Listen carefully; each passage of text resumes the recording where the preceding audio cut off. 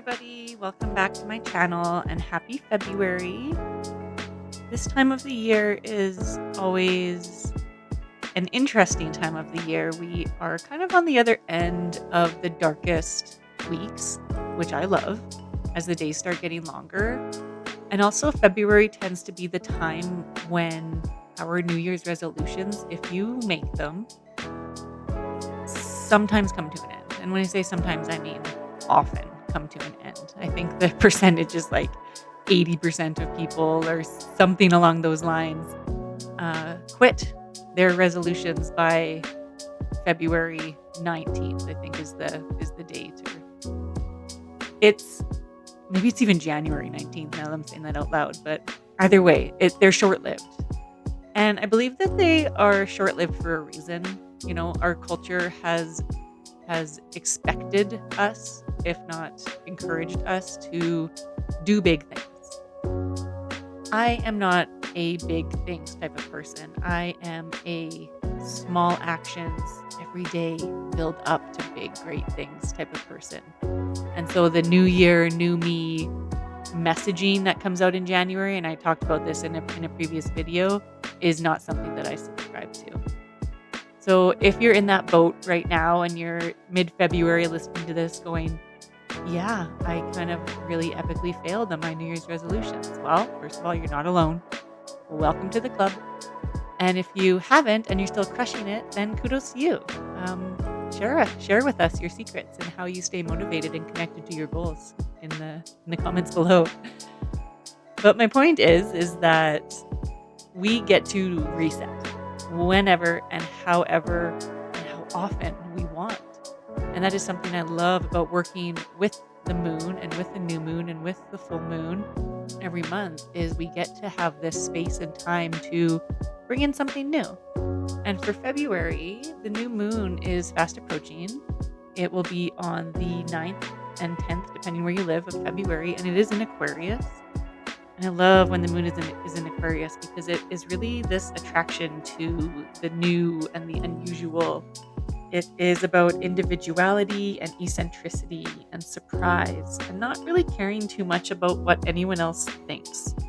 It's kind of like this time that you get to fly your freak flag, if that is what you're into, and be inventive and be unique and connect with other people that are like-minded or connect with your tribe, and just letting go of any attachments and just the attachments to even just old ideas or old paradigms of the way that you've lived. And especially this year with this 2024 energy that people are in, it's this, what I've noticed in the collective is that the 2023 was challenging. It was high energy. It was stressful. And 2024 is really starting off with a big release where it's like, no more. This year's for me. I'm going to choose me and my family and my loved ones or whatever that means.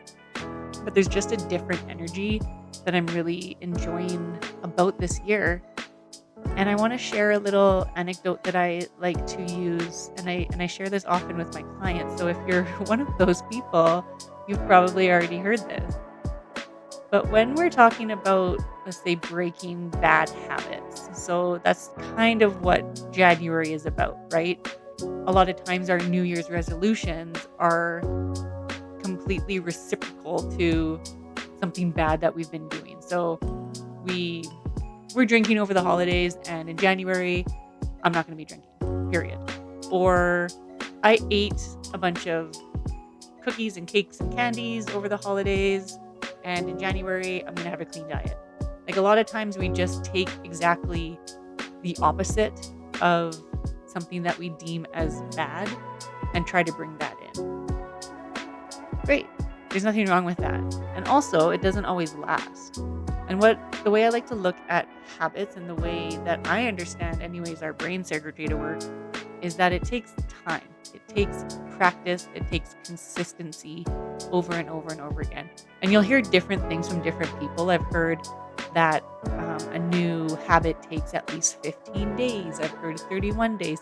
I've heard 72 days. I don't think there's a magic number necessarily, because everybody is different, and there's so many nuances to our lives and to our society and to our cultures that would feed into this number anyways. But the point is that when we're replacing a habit, it's just that we need to replace it, right? We don't just stop eating bad food, we'd be replacing it with good food. We don't just stop. I'm going to use like maybe a more drastic example. You don't just stop smoking.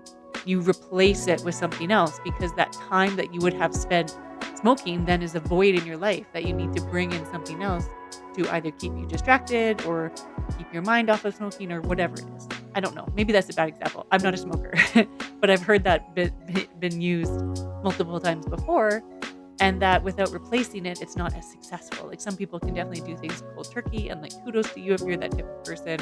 Not everybody is. So anyway, back to my anecdote. I have this visual of walking in a forest or walking on a path in the forest. So let's just say that the path in the forest is your habit. So insert habit here that you're trying to replace. And the path is like beaten down. You've been down this path so many times, you know exactly the way it goes, you know when it turns left and when it goes right and when you go up and when you go down. And it's so familiar to you that it just is a habit. It's become a habit walking through this path.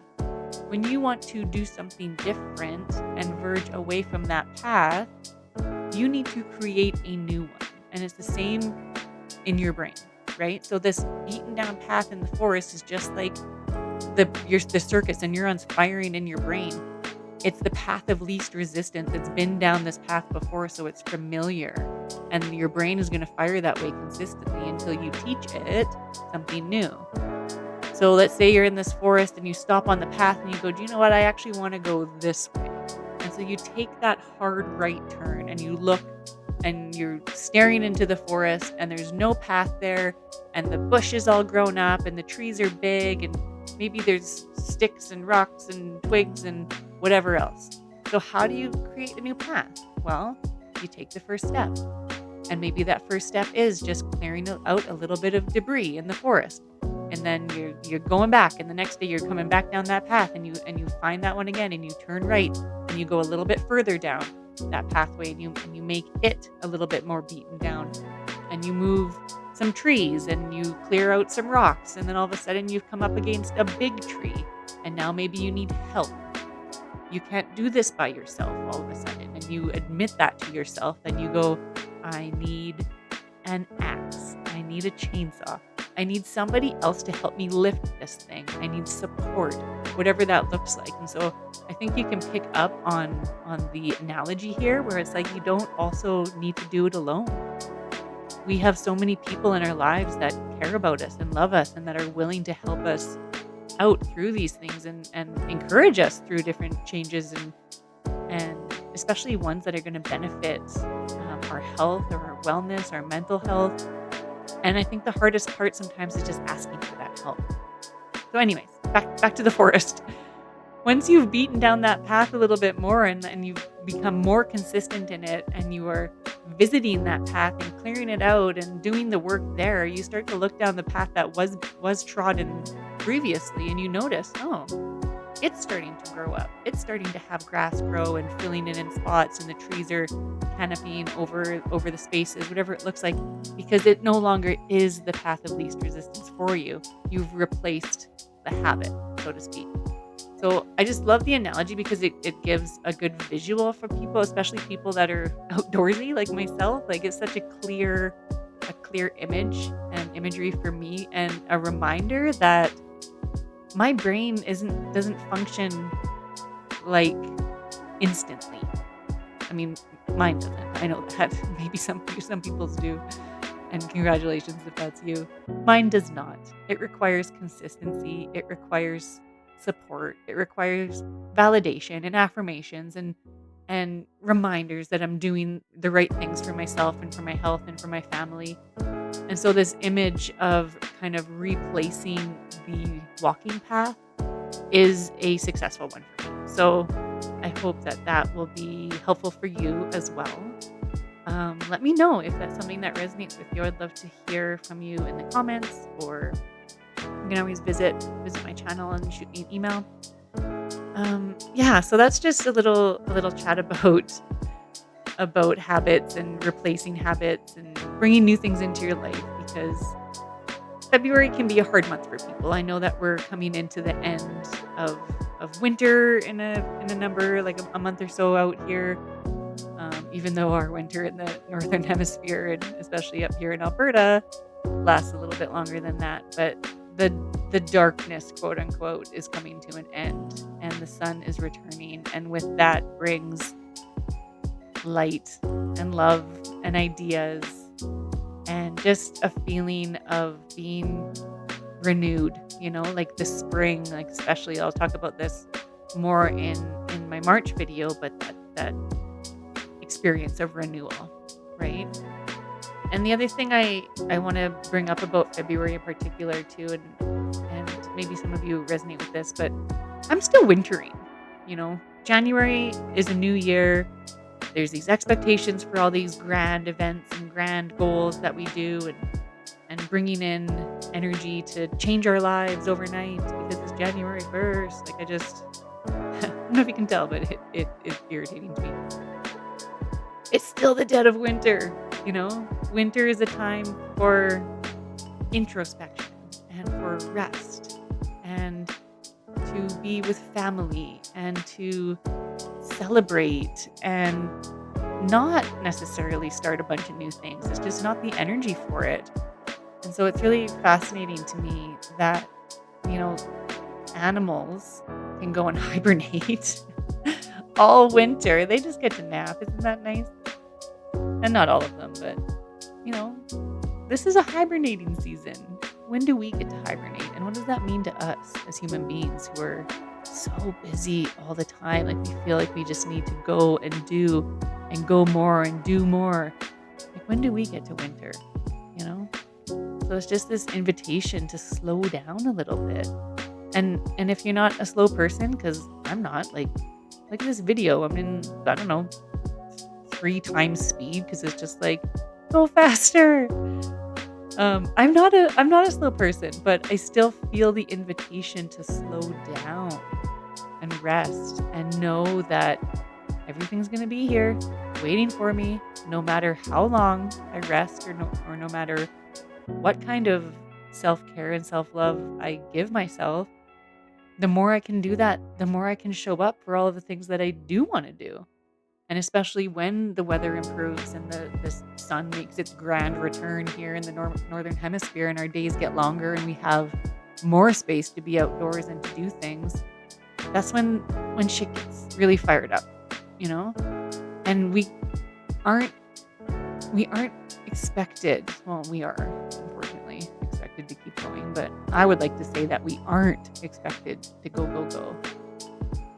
We have nights for a reason, right? Just like winter is like the night of the year. So allow yourself still to just be in this place of rest as much as you can be, fully anticipating and fully expecting that the sun is coming, and that the new year, whatever that looks like for you, I my new year resets multiple times a year. I enjoy the regular, like, January New Year, the calendar New Year.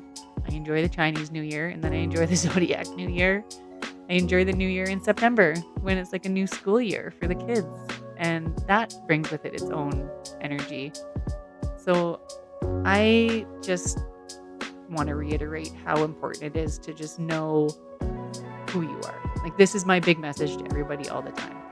Or question, rather. Who are you? Who are you? How do you want to spend your energy? How do you want to spend your time?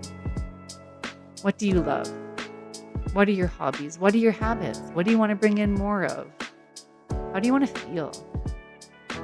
And every month that I bring up a new one of these little artsy videos I want to share with you, I will be asking these questions, and I hope that you will reflect with me, and maybe share in the comments below how all this is coming up for you.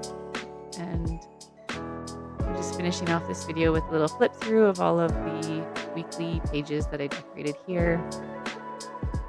And I will see you again really soon with another one of my little rants.